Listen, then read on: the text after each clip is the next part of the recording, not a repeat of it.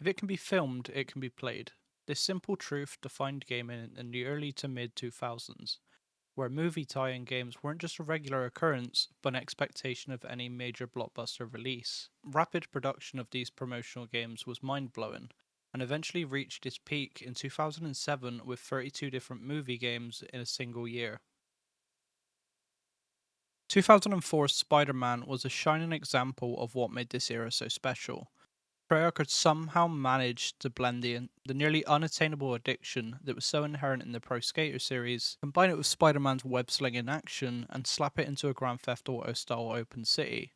It was one hell of an achievement and it paid off. At first, these games were developed and treated like your everyday release, aiming to defy the technical boundaries of the industry at the time. Entire boroughs were explorable and landmarks like the Empire State Building were scalable. Executed properly and with enough passion, these tie-ins went from shallow marketing tools to beloved gems that would be proudly placed amongst classics. To put it simply, they were just good games. But this wouldn't last long. By the late 2000s, the concept started to dry up and cracks began to show. 2008's Iron Man exemplified everything wrong with Rush tie ins. As IGN's brutal review pointed out, the problem with Iron Man is that at some point, someone sat down and said, you know what would be fun? Drop players into situations where they have to do meaningless and repetitive tasks and add respawning, overwhelming enemies. But it didn't end there. The same year, Superman Returns muscled in to take the mantle of the biggest defacement of a beloved franchise. The game was released as an unfinished game that suffered from a severe case of poor narrative and monotonous brainless enemies. It was a misuse of intellectual property with massive potential, and a questionable take on the Superman universe. Neither of these mistakes were isolated incidents either. Eventually, studios began to prioritize aligning with movie release dates over game quality, more than often churning out unfinished products that felt like hollow marketing vessels rather than genuine games, and basically lacked any passion or effort at all. We went from receiving legendary games like Spider Man 2 to an Iron Man game where you feel like you're at a shooting gallery rather than a Mark 42 suit. Eventually, developers became a well oiled machine, pushing out games with awful storylines and cutscenes at an unsustainable pace. The numbers made this clear as day. From a peak of 32 releases in 2007, movie tie-ins saw a dramatic decline around 2011 and 2012, and even with big names like Robert Downey Jr. lending their voices to these games, results were devastating. Performances looked terrible, and the voice work was obviously phoned in. The golden age of movie tie-ins came crashing down.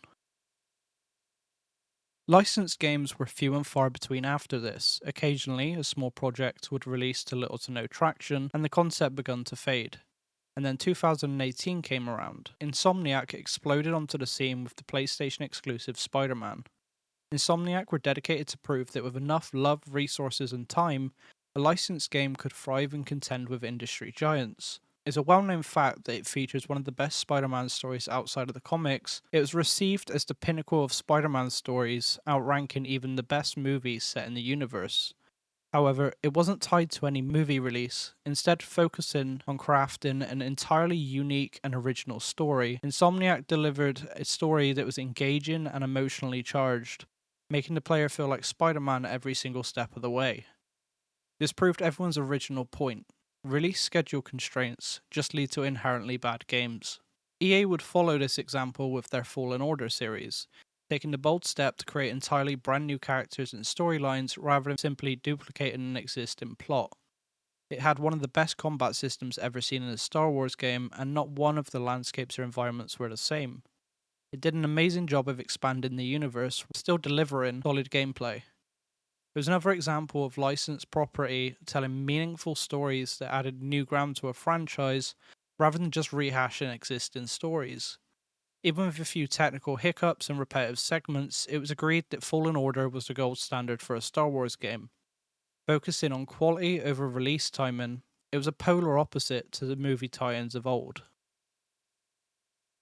Hogwarts Legacy proved that these games weren't just a fluke.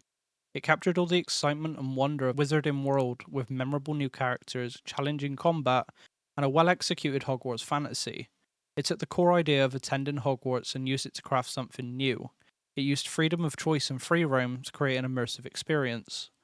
Avalanche perfectly captured the look and feel of the franchise and made even the most mundane and trivial task feel like an important step in your character's development.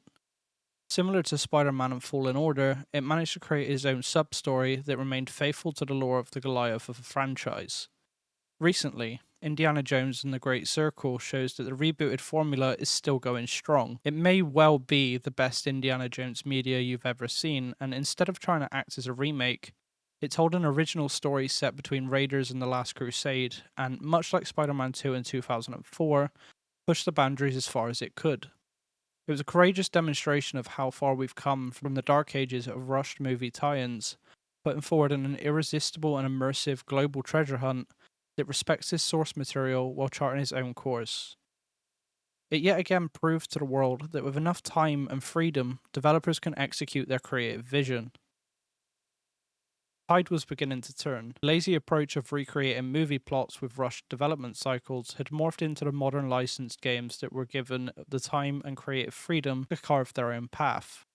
These games weren't just created for a one and done tie in, they were genuine works of art that stood on their own merits, showing that with proper investment, licensed games could be among the industry's legends. Quick and dirty cash grabs were pushed aside for a new golden age. Looking back, it's impossible to ignore the impact these games had on the industry. The games of the early 2000s definitely had their flaws, without a doubt, but they paved important groundwork. Spider-Man 2's web-slinging mechanics were so groundbreaking that even 15 years later, Insomniac's Spider-Man was still being likened to that golden standard. The ancestors of modern masterpieces demonstrated that licensed properties could still defy technical boundaries and thrive given the opportunity. Perhaps the most significant legacy is the knowledge gained from both achievements and setbacks. The industry learned a crucial lesson from the hurried development cycles of the 2000s. Timelessness should never come at the expense of quality. Instead of merely reproducing worlds in a playable fashion, modern creators have taken this to heart and are producing games that improve upon them. Original stories that improve franchises now stand where dead movie tie-ins once did. These games have an impact that goes beyond their sales numbers or review ratings. An entire generation made lifelong memories by racing across Middle-earth or swinging through Manhattan for hours on end. Whether they were excellent or flawed, these games influenced the way we engage with our favourite franchises. Even though movie tie-ins are no longer really a thing, their effects can still be seen in the way that licensed games today treat their original content with respect, originality, and the desire to create something genuinely unique. If you found this breakdown useful, give the video a like and consider subscribing for more deep dives into the stories behind the games we play. Thanks for watching, and I'll see you next time.